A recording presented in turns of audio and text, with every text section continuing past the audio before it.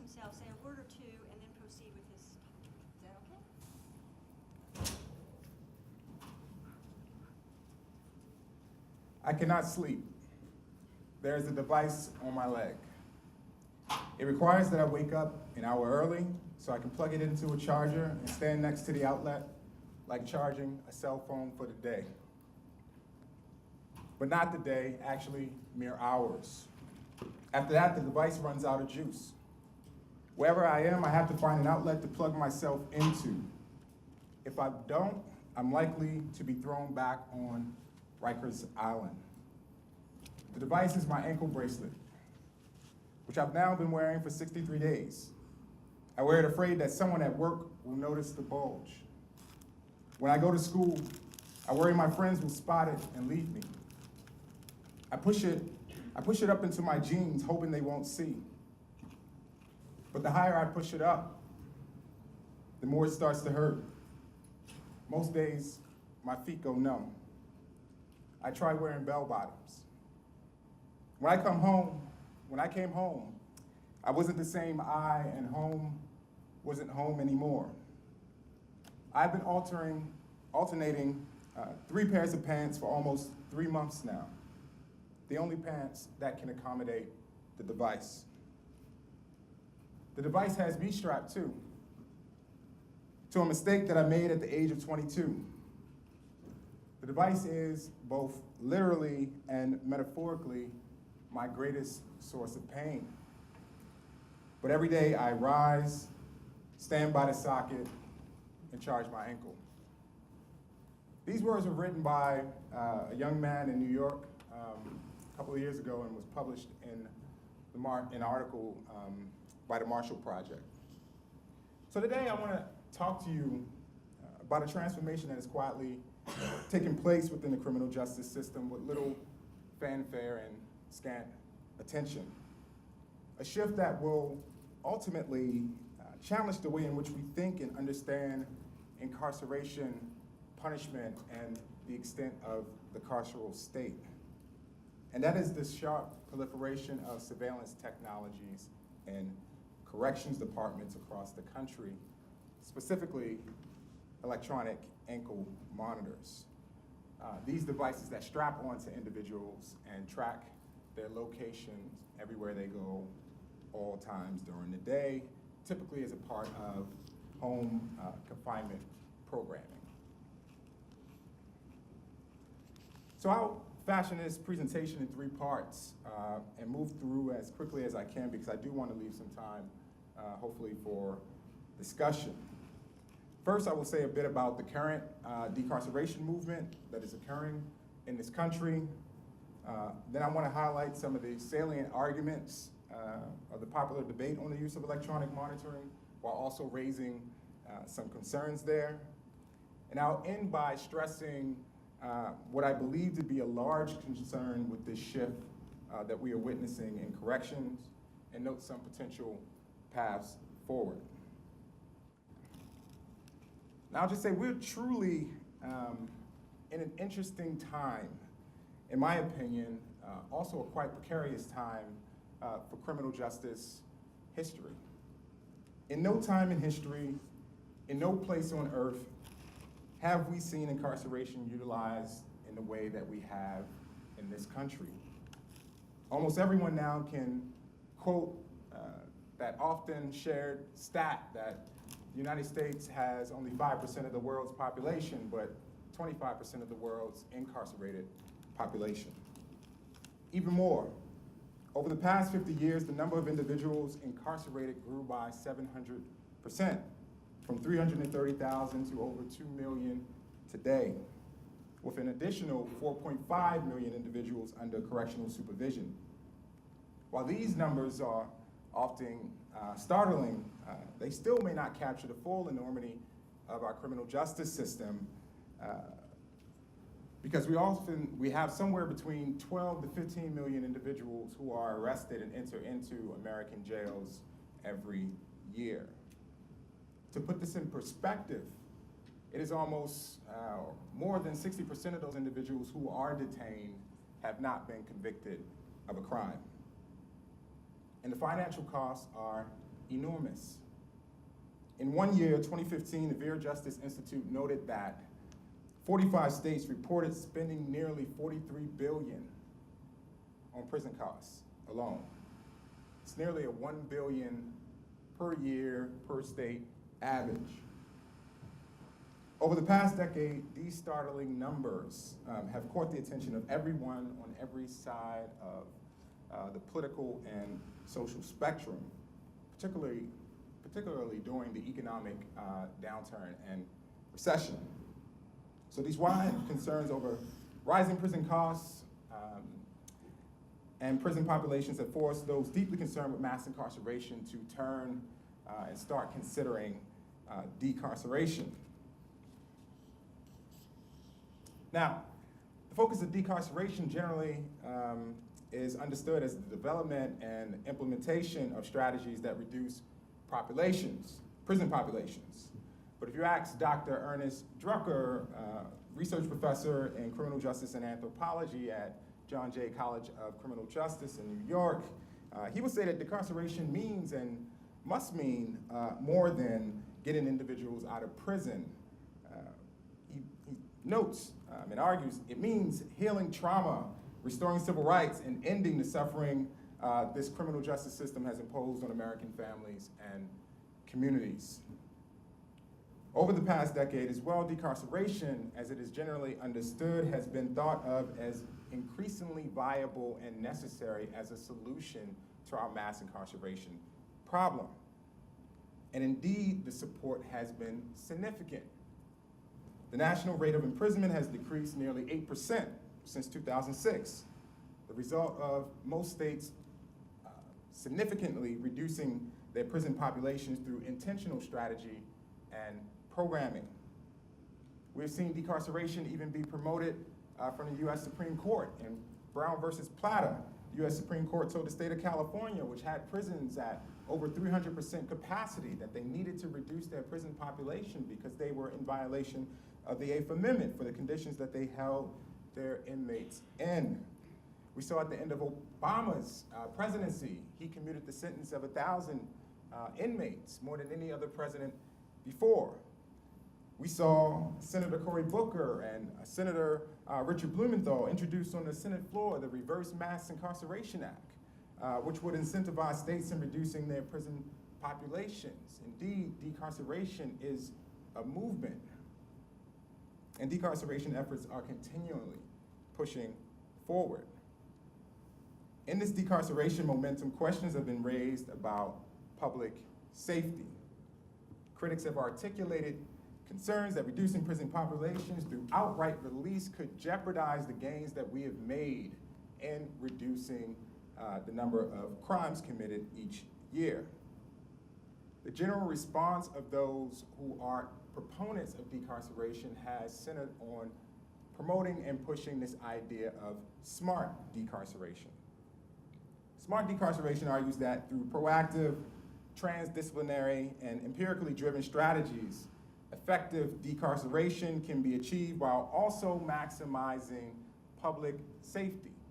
So this idea that we can let individuals out and ensure public safety.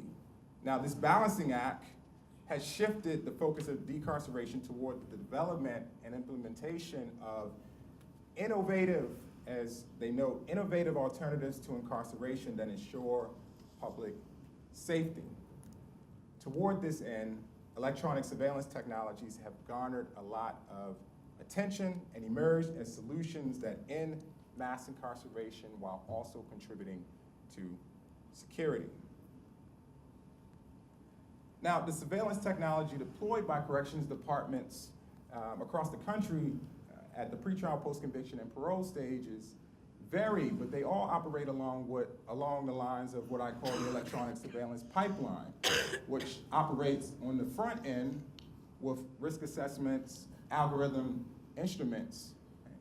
These numerical formulas are used by inputting basic data, sex, right, criminal history, neighborhood, employment, etc. Churns out a number. That number will determine first if you can be released from prison, And if you are, the degree of surveillance that you will be subjected to upon release.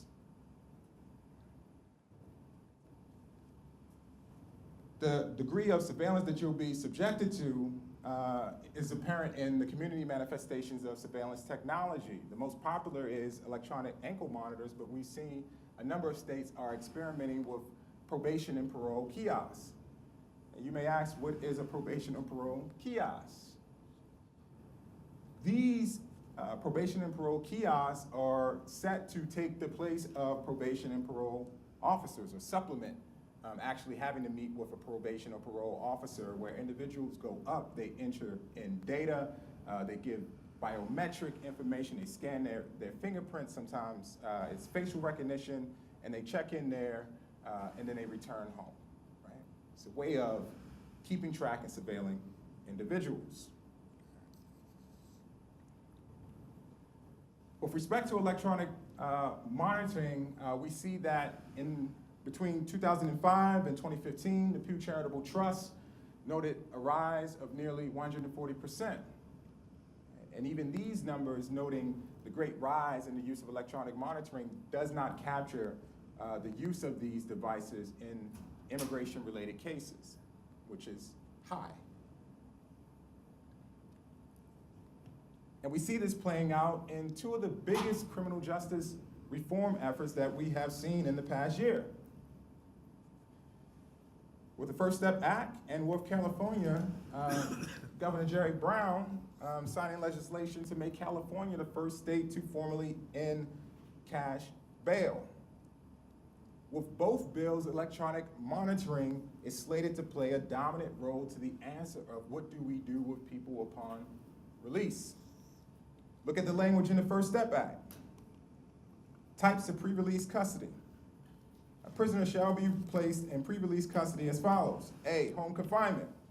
In general, a prisoner placed in pre-release custody pursuant to this subsection who is placed in home confinement shall be subject to 24-hour electronic monitoring that enables the prompt identification of the prisoner, location, and time. We are thoroughly convinced, it seems, that we can ensure effective decarceration through this form of electronic surveillance.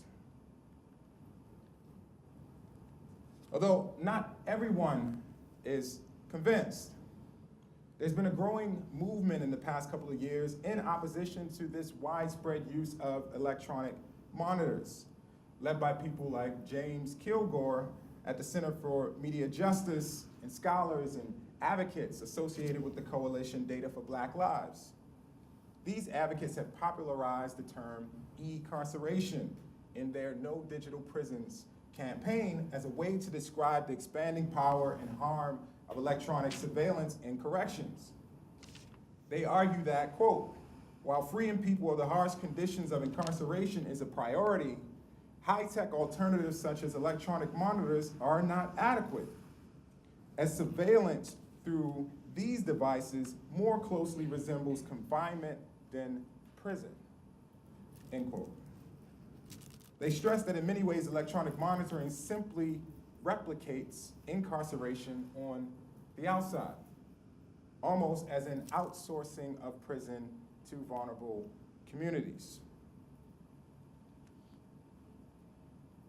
And others are slowly coming around to this position as well.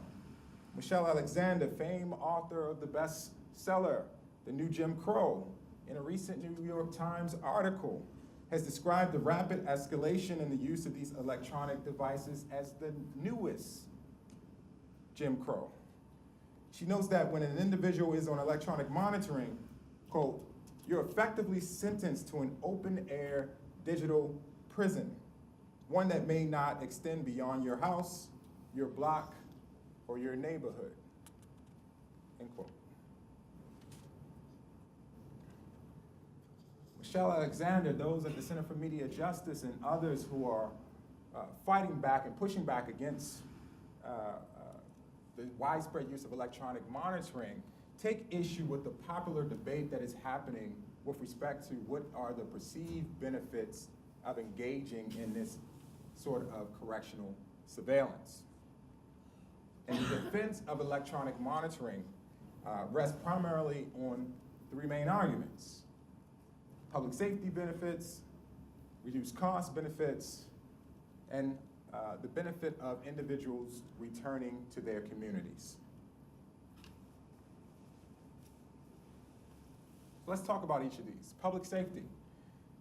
So the perceived benefit argument here is that because electronic monitors follow individuals 24/7, not only will law enforcement be able to know where they are at all times, and with them providing almost perfect surveillance. If my criminal law interested individuals had a chance to read the Carpenter case last summer, with an opinion speaking about the privacy with respect to cell phones, the Supreme Court actually referred to law enforcement being able to get your cell phone data, your location data, as providing perfect surveillance, like a GPS ankle monitor.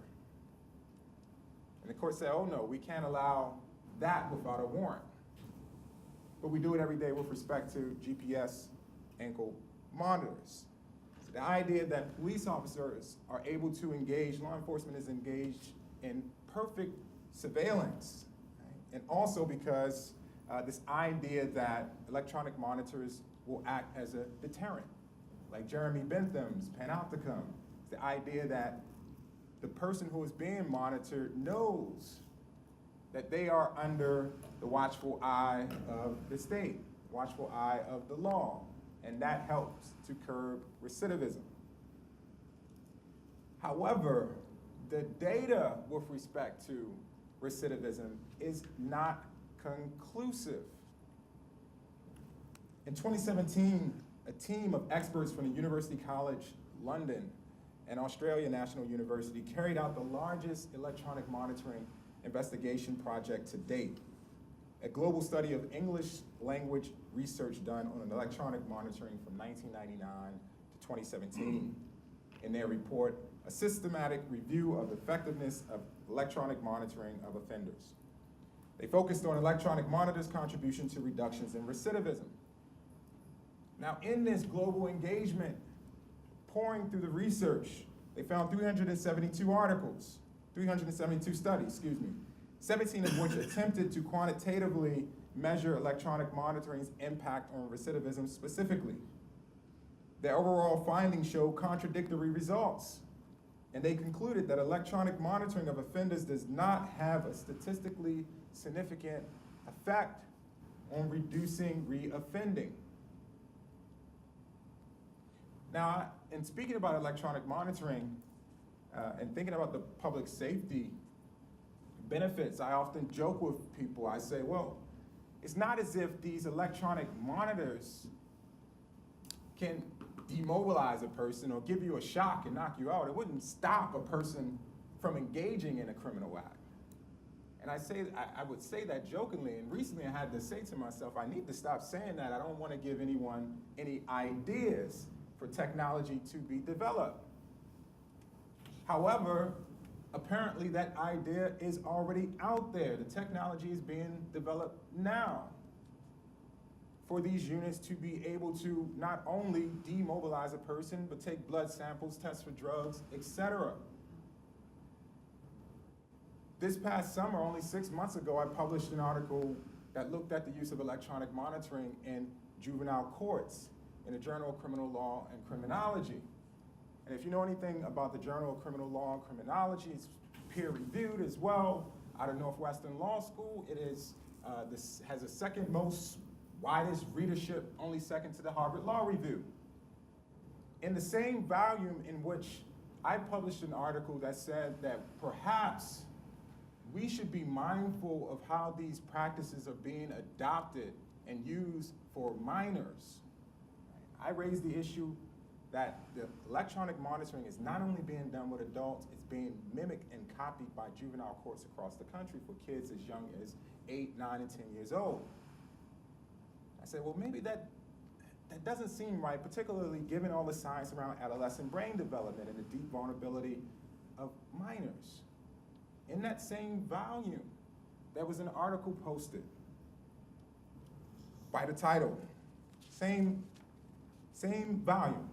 Technological incarceration and the end of prison crisis, where 3 criminologists, in addition to promoting further expansion of the use of electronic monitoring, noted that not only should electronic monitors be used to end the prison crisis, but we need electronic monitors that can demobilize individuals. Not only is the technology being developed, people in the field of criminal justice are actually promoting it.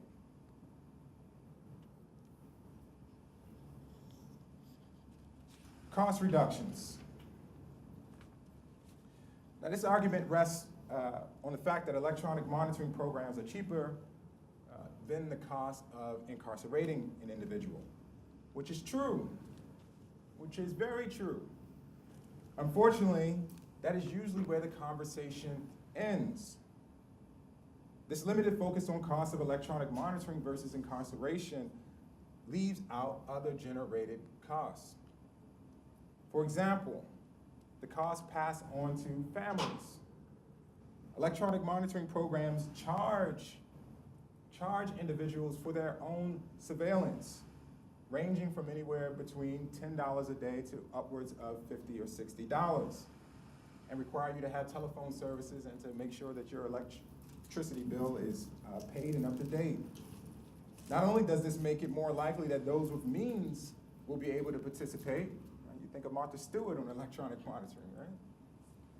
Not only will it ensure that those with means will be more likely to participate, but those of lesser means who are, to the detriment of other areas of their lives, are literally bearing the cost of these so-called cost-saving measures that put incredible strains on families, intrafamilial relationships for these individuals returning home, often creating pressures to re-engage in activities that led to criminal justice contact and involvement in the first place. We see increasingly community correction programming like electronic monitoring also being privatized. In an extensive report last year, Human Rights Watch examined the harms of privatized probation, most notably the pursuit of profit, quote, as they know, or the imposition of probation sentence simply to supervise the payment of costs, rather than as an alternative to jail, where we see the priority is placed on increased profit margins and securing contracts with the state.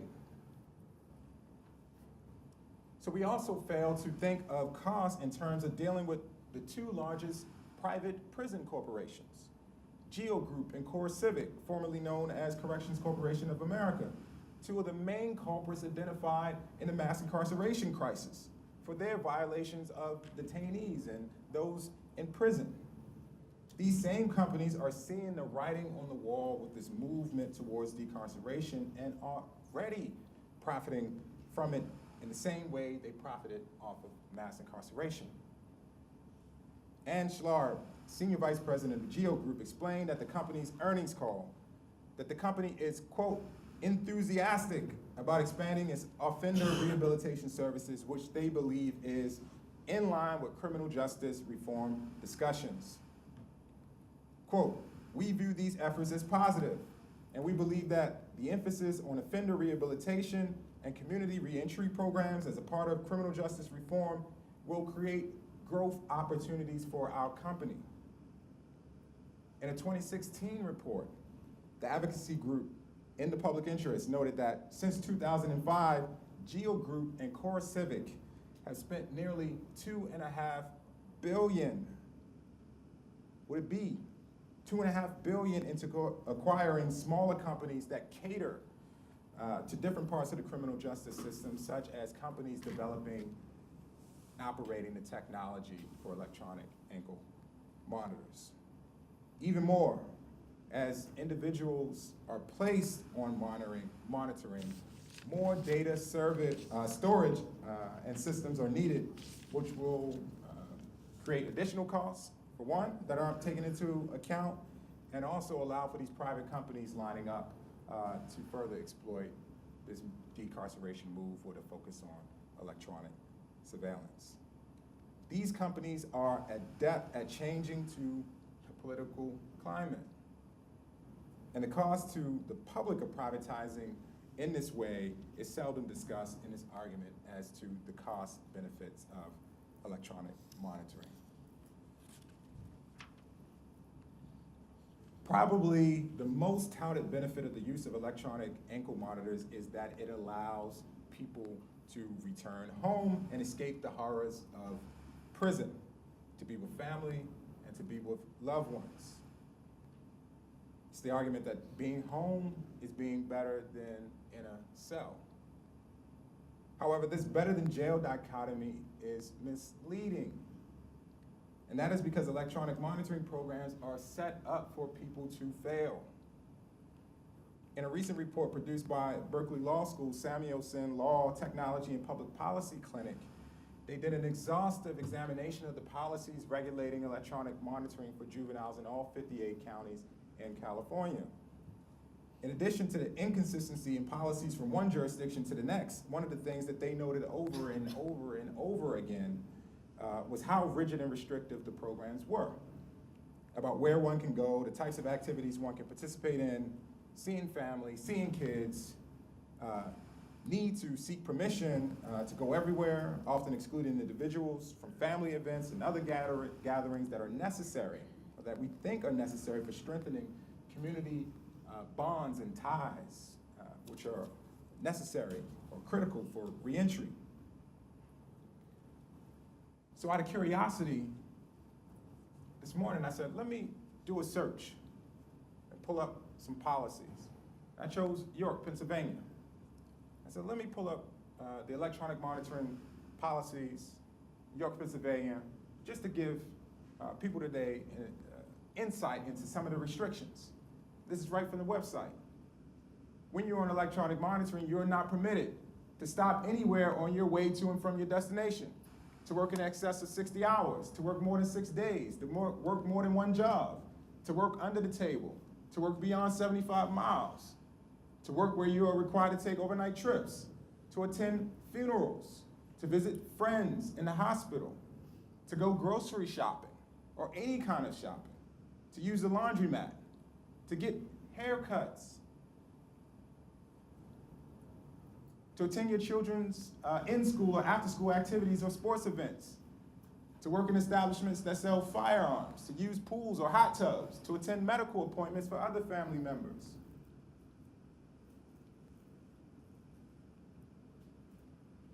Additional information they provided. If your phone is disconnected, you'll be permitted 48 hours to have it reconnected or go to jail. If you lose your place of residence, you'll have 48 hours to find an alternative residence, or you will go to jail. If you're the only adult in the home and given permission to go to the grocery store or the laundromat, you'll be given a set time that will remain the same time every week, regardless of if you're on electronic monitoring for a month or years. If you are unemployed, you must have your applications brought to you or sent to you. Only once you get an interview will you be given permission to leave. Every employer will be contacted and alerted to the fact that you are on electronic monitoring. And they will be apprised of the offense for which you were convicted.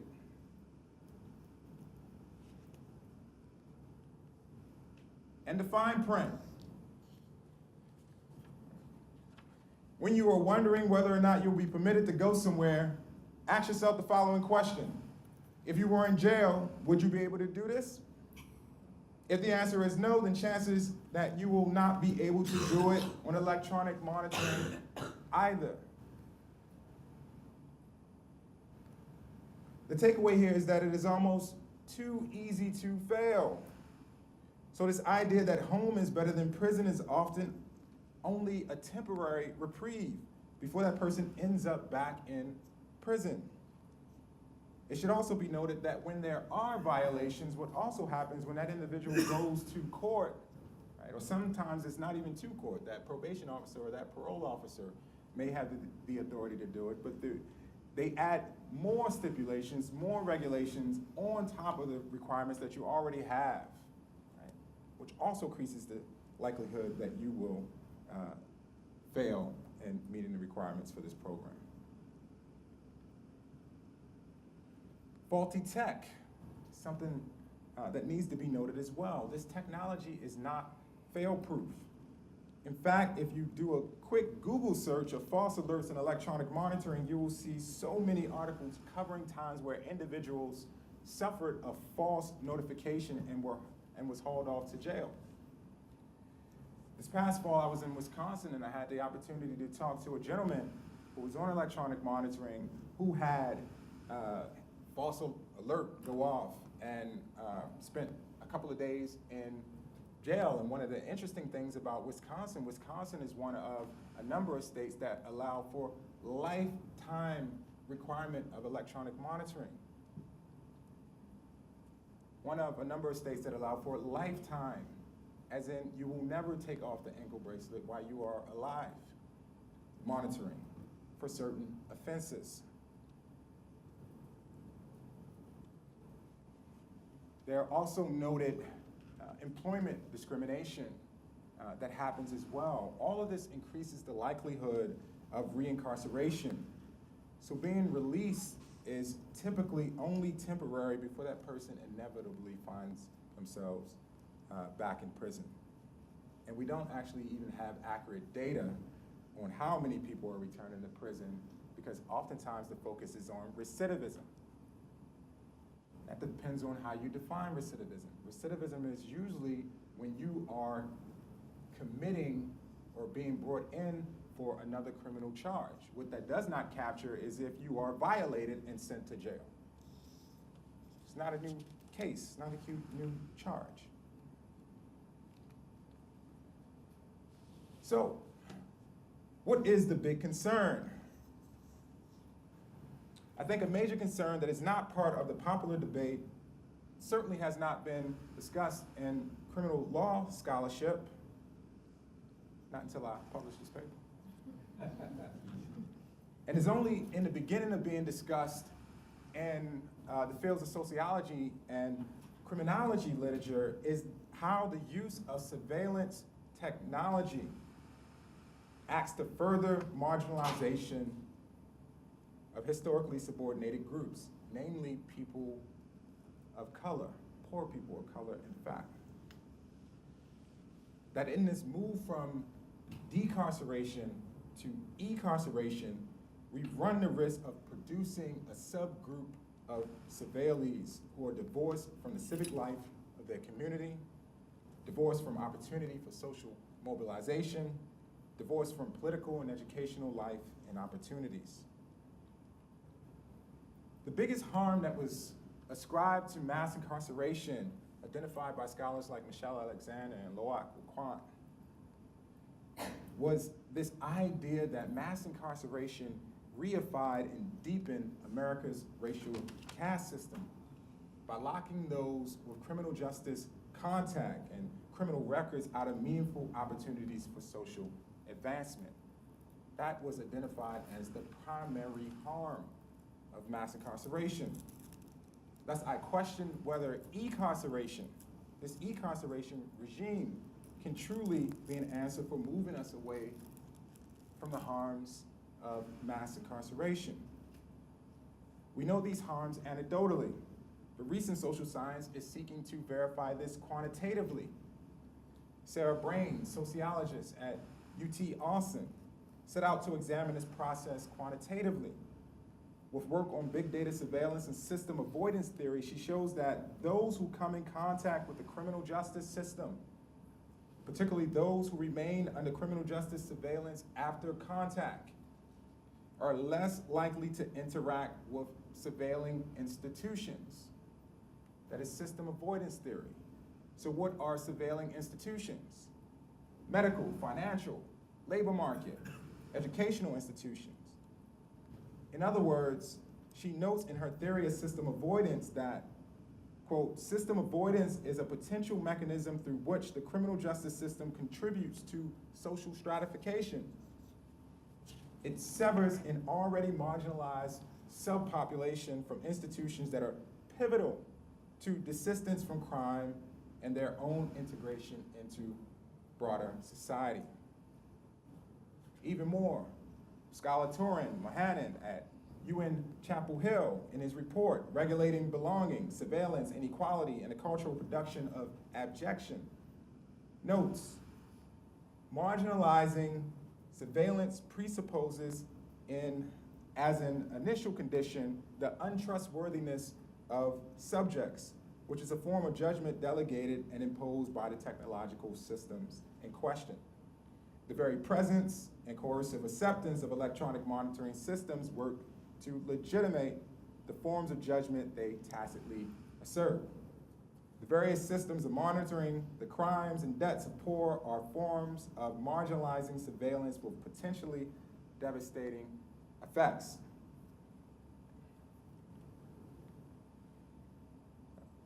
These battles around big data policing, big data corrections, surveillance are only just beginning. And I think we respond to these concerns both legislatively by passing legislation that enables community members to weigh in when decisions are being made to adapt or implement surveillance technologies, and through a communication strategy that raises awareness about not only the potential harms of surveillance, of electronic surveillance, but also highlights what actually works. Over the past few years, there has been an effort underway started by the ACLU called COPS, which stands for Community Control Over Police Surveillance. The effort's principal objective is to pass COPS laws that ensure residents through local city council are empowered to decide if and how surveillance technologies are used through a process that maximizes the public's influence over those decisions. They have developed model ordinances, and a number of cities around the country have introduced them in their local governance bodies, with some having seen success for passing of the laws just within the last 2 years of this effort. Some of the main principles captured in this model legislation is surveillance technologies should not be funded, acquired, or used without express city council approval.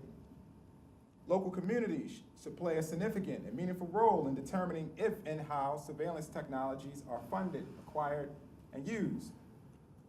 The process for considering the use of surveillance technologies should be transparent and well-informed. The use of surveillance technology should not be approved generally. Approvals, if provided, should be for specific technologies and for specific uses. Surveillance technology should not be funded, acquired, or used without addressing their potential impact on civil rights, civil liberties, and human rights. Surveillance technology should not be funded, acquired, or used without considering their financial impact. To verify legal compliance, surveillance technology use and deployment data should not be reported publicly on an annual basis. And lastly, city council approval should be required for all surveillance technologies and uses. There should be no grandfathering in of surveillance technologies currently being used before passage of the legislation. Now, this COPS model legislation law focuses on police. However, I think the strategy holds great promise for responding to the proliferation of surveillance technology in corrections.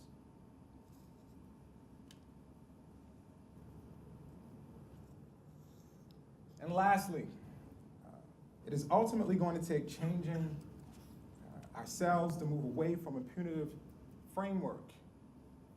This new penology, as Malcolm Feely and Jonathan Simon at Berkeley call it, where we are no longer concerned about rehabilitating individuals, but rather focus on management and control of categories and groups of people, offender management and efficiency. We need to move away from that and have a rehabilitative reorientation. And I believe that will require us not only to exalt the harms of electronic surveillance, but also to raise and communicate clearly what actually works. This past summer, an economic studies fellow at the Brookings Institute set out to do a literature review and summarize all of the studies that have looked at prisoner reentry in an attempt. She was trying to see and determine for prisoner reentry what actually works. So she did a literature review and looked at all of the studies that focused on prisoner reentry. And she noted that what struck her, and something she kept seeing over and over again, caught her by surprise. And that was that reducing the intensity of community supervision led to better outcomes. That we could maintain public safety and possibly even improve it with less supervision, less surveillance. That is, fewer rules about how individuals must spend their time and less enforcement of those rules. And what do we know to be the greatest single factor in preventing recidivism? Greatest single factor in preventing recidivism. The most significant impact on recidivism is immediate access to employment. Immediate access to employment. We do not see that being promoted in corrections across the country. Instead, we are investing in these surveillance measures, which are continually creating barriers for individuals upon return, often divorcing them from the institutions that are necessary for successful reintegration. And I'll stop there. So, thank you all. All right, time for questions and comments. Yes. I was struck by the map that you showed about the proposed legislation and legislation that was passed. And I'm looking at the map and I see the swath from Montana to Texas and then back up to Minnesota. Can you speak more about that? Yeah, I mean, it's something that we watch, and I joke with colleague David Harris about this as well. You know, as his expertise in police surveillance measures, and we talk about this cops movement, and one of the things I joke with him about, I say, you know, you see this being passed in places like Berkeley, you know, would it pass in Baltimore? Would it pass in St. Louis? Would it pass in New Orleans, right? Some of these other cities with really significant policing issues, right? And the question is still out there, right? Can there be some success there? Right? That is yet to be seen. But I still think it is a worthy endeavor to seek, because much of this electronic surveillance practice is about social control. And if we know it is about social control, how should we respond? And part of that is taking some of that control back and putting it in the hands of community members. Right? So community members should weigh in. If a city is going to experiment with new surveillance technologies, we should have some say in when, how, where, and what. Yes. How has this technology affected the role of the probation officer? I mean, that's a good question. I mean, there are some qualitative studies that have been done that have gathered some opinions of probation officers, and I guess their opinions on electronic monitoring, and it's mixed. I see a lot of probation officers thankful for having something there that they could point to, you know, as a potential problem outside of them. So, for example, if this data that is being captured for those on electronic monitoring, every now and then you have someone, while on electronic monitoring, go and commit a crime, right? You have charges brought, they use that data where the individual may have been. In those rare instances, probation officers and corrections departments are happy because they can point to the electronic monitoring company and say, you all didn't do your job. So they're thankful for it, and the focus isn't necessarily on the probation or parole officer as to did you help this individual get a job, what sort of measures did you put in place. It's more so, why didn't this technology do what we expected it to do? And it's sort of this reliance on technology as the savior for these critical social issues, which I don't think it can be. Just a Yes. quick follow-up. I imagine it might change the number of supervisees that a probation officer has, supposedly making them more efficient, although changing the nature of that relationship. Yeah, indeed. Yes.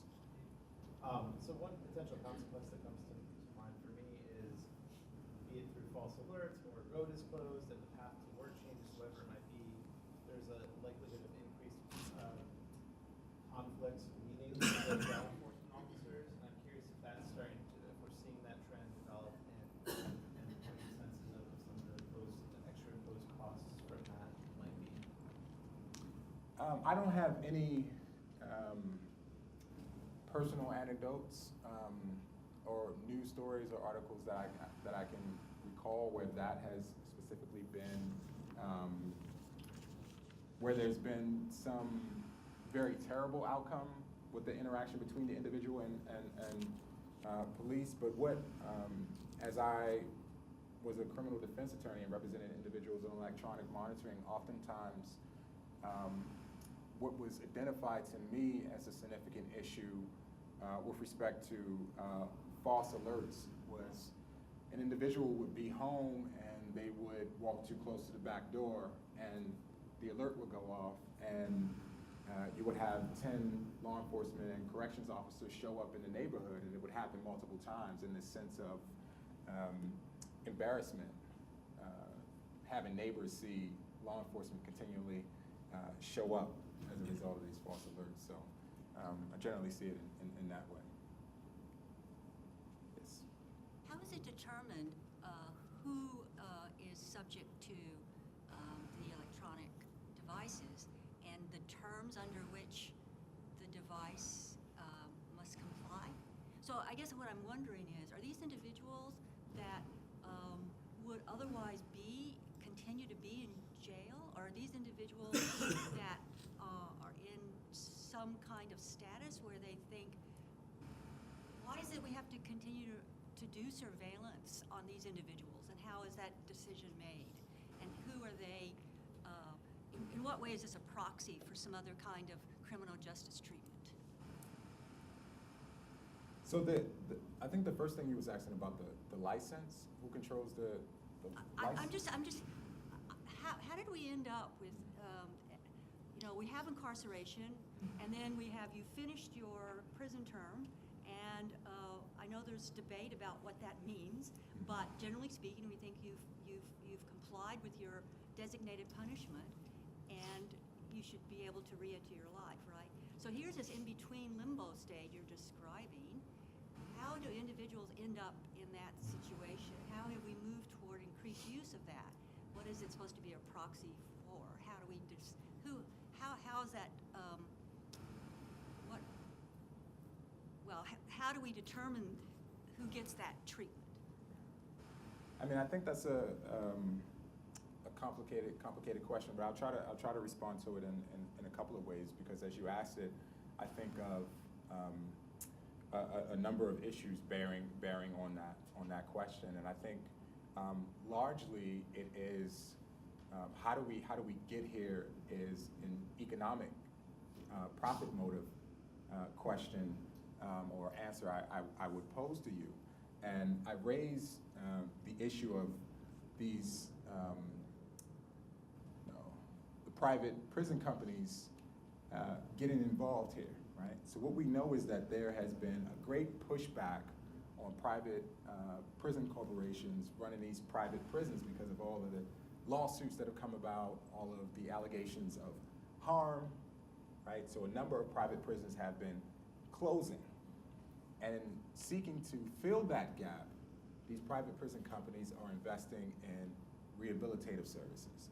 So they're buying companies that run halfway houses, they're buying the companies that make and develop electronic monitoring, they're buying companies that create monitors for alcohol levels. So they're investing in what we call community supervision or community corrections, because they see it as a way to make up for that profit loss for private prisons closing. I suppose my question is both more technical and more policy. Okay. Which is, I understand how there's these financial incentives that are Right. being created Right. to move in certain directions. Mhm. But surely we have to have some justification beyond that, either in a sort of technical sense, like these individuals are the ones who are going to get these Mhm. ankle monitors, and at some level, as legislators or whoever, we have to have some policy justification. And the reason I ask the question is depending on what the answer is. In other words, how do we make that determination of who's subject to this treatment and for what rationale? Then we can say, well, what's a better substitute given the goals? And so I'm just sort of, this is a real threshold question for me, maybe because No, I just understand the worried question. about I didn't finish. I was saying, I think sorry. about it in three parts, right? So I think of the larger picture is these economic motives, right? Yep. So then beyond that, individually, when you have an individual that may be released from prison, or someone that may be on the front end pre-trial that is being considered to be released, the actual determinations are done by risk assessment instruments. And these risk assessment instruments, oftentimes there's a number of lawsuits that are being waged now to sort of figure out what goes into these algorithms that determines who is going to be on electronic monitoring, right? We don't really know what drives these numerical formulas, but we know that when you come up for parole, or you come up in an arraignment hearing or a bail hearing, and it's being determined whether you will be released, we refer to these risk algorithms, and it churns out a number. That number is based on. Okay, so I remember the graphic that you had for that, and Right. I didn't realize it was this kind of algorithmic system, Mhm. but there has to be some basis for the data set and the design of what, I suppose this is paralleling a little something I'm studying, which is bias in AI systems. Yes. And so I suppose, or I presume that in the criminal justice system, the design and the data systems would be well articulated and determined, but maybe I'm wrong. You know, I assume there'd be checks for various biases in the input. But if you're saying that's where it all starts, then that's an interesting. That's where it begins. starts. And what I'm saying is that there needs to be checks, right? Because these biases are there. I mean, in the field of criminal law, there is just in the last 3 years, there's been a wealth of literature developed around the racial biases, class biases, with respect to algorithms, Yep. right? I try not to dig too deep on that, because I think there's a lot of attention there, and there's not as much attention on the actual harms with respect to electronic monitoring. But they are there. When you think about some of the inputs that when you talk about that go into determining who gets this level of electronic surveillance is often determined by arrests, right? How many times you've been arrested, and we know that is dependent upon what you look like, where you live at. They also look at employment, whether you've been employed, that may be determined. Have some racial bias there. It is determined by your criminal history, right? And we know how the system is set up in terms of most cases pleading out. So there's a lot of bias that plays out. And there hasn't been an exhaustive study to actually document quantitatively race and class biases in the use of electronic monitoring. We know it anecdotally because of the disproportions of those going into the system, that certainly those disproportions will still be there when they're being assigned to electronic monitoring. But that's something that needs to happen as well. And one of the interesting things is how electronic monitoring is experienced along the lines of race.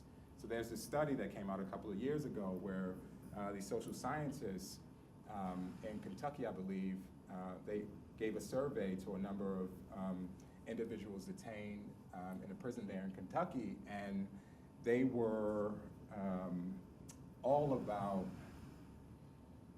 12 months, about a year from release from prison.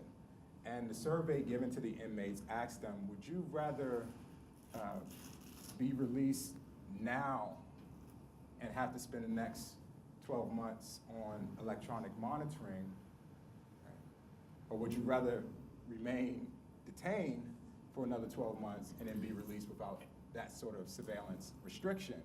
And overwhelmingly, the white inmates said that they would like to be on electronic monitoring. Like, yeah, release me.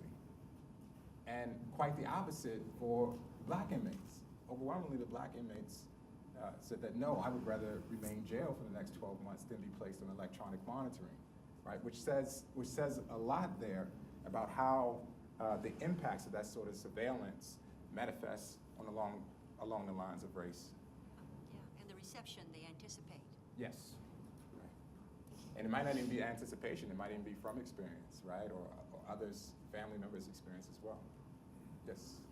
So can you go to the slide with all of the things you can't do? While, there was a long list of the things you can't do while electronic monitoring.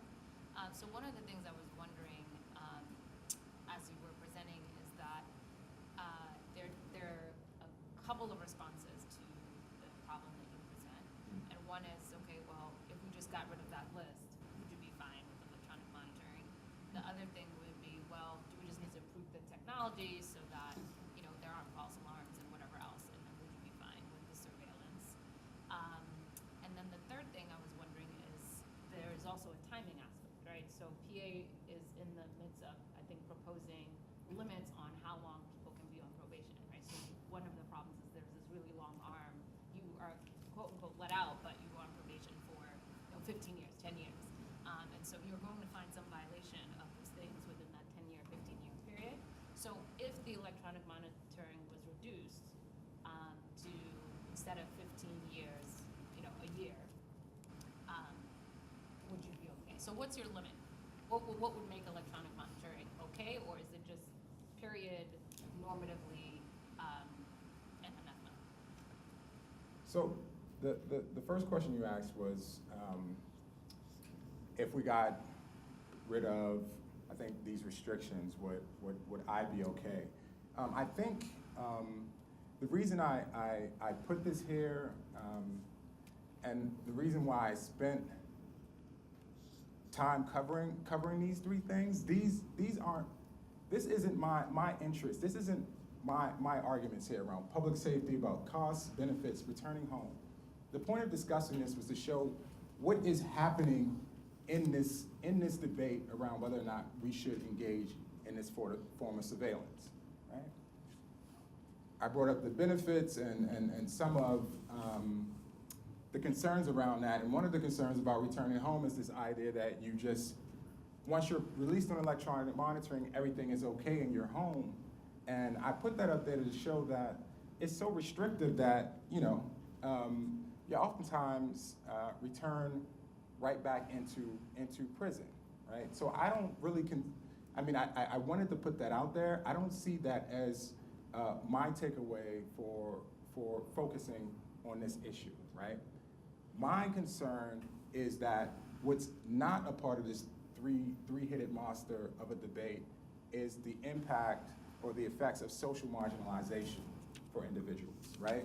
So my argument would be that whether those stipulations are less rigid or whether they're more rigid, it would not address the social marginalization aspect. It only would address how quickly the person would return to prison, right? I think the larger argument is, are we creating a subclass of individuals, right, who are divorced from adequate reintegration? And are we actually copying or replicating some of the same harms for mass incarceration? You asked about the false alarms as well. and whether if the technology was better, would I be okay? You know, the thing is, this technology is going to get better, it's going to get smaller, it's gonna be like, if anyone's seen the Hunger Games where they insert the thing in Katniss and it can track her all around the zone where they battle for the Hunger Games, it's gonna become like that. It's gonna evolve, it's going to develop. It is very rudimentary in a lot of ways now, but it's going to get better. And I think that even if we take away the inefficiency or the ineffective aspects of the technology and we make it literally perfect surveillance without these false alarms, I do not believe that that would get rid of these other looming aspects of constantly being under surveillance, right? It may get rid of some of the stigma aspects of it, right? You won't have police showing up in your neighborhood if there's a false alarm, right? But we aren't looking at the bigger picture. And I think that sort of ties in to the idea of PA seeking to limit how long people are on probation, right? And what I want people to think about and take away from electronic surveillance here, and that's why I talk about electronic ankle monitoring, but also electronic surveillance in general. The reason why I like to talk about this issue and the reason why I think it's so important because the technology is constantly evolving. So yes, I want you to think about ankle monitors as they are now, but I also want you to think about electronic surveillance 10 years from now, electronic surveillance 20 years from now. And the question is, who gets to say what sort of electronic surveillance we adopt and we deploy? Right? I think one, community members, particularly impacted community members, should have a say there. And I think the COPS legislation is a good way about, a good strategy for sort of pushing that, to have a seat at the table. And I think we really need to focus on what actually works, right? So whether probation and electronic monitoring is 1 week, or whether it's 10 years, does it work? And that has nothing to do with time. What we do know does work is employment, and work, job training, right? Mental health services. Those sorts of things are being pushed to the sidelines, and we're putting money and our resources and energy into surveilling individuals versus actually helping them reintegrate into their communities. Thank you Yes. for those. Hey, it's me. And just a quick comment. I Go was ahead. thinking, you mentioned the technology is always changing, and just the fact that they may improve the technology and it may be less visible and less confining doesn't change the fact that the surveillance is still there. Like, I mean, the iPhones, you mentioned GPS, of course you could use that now. Say there's a false alarm, they could check in and say, I'm here, whatever, or, you know, try to provide video. Then there comes the question, is there hacking available? Would people be able to play the system, blah, blah, blah. So, you know, they're, like you said, there's And also much more- data as well, right? So where is this data being stored at? Right. Who has exactly. access to this data? What are we doing with this data? So those are other concerns. Those are really provocative issues. Thank you all. Thank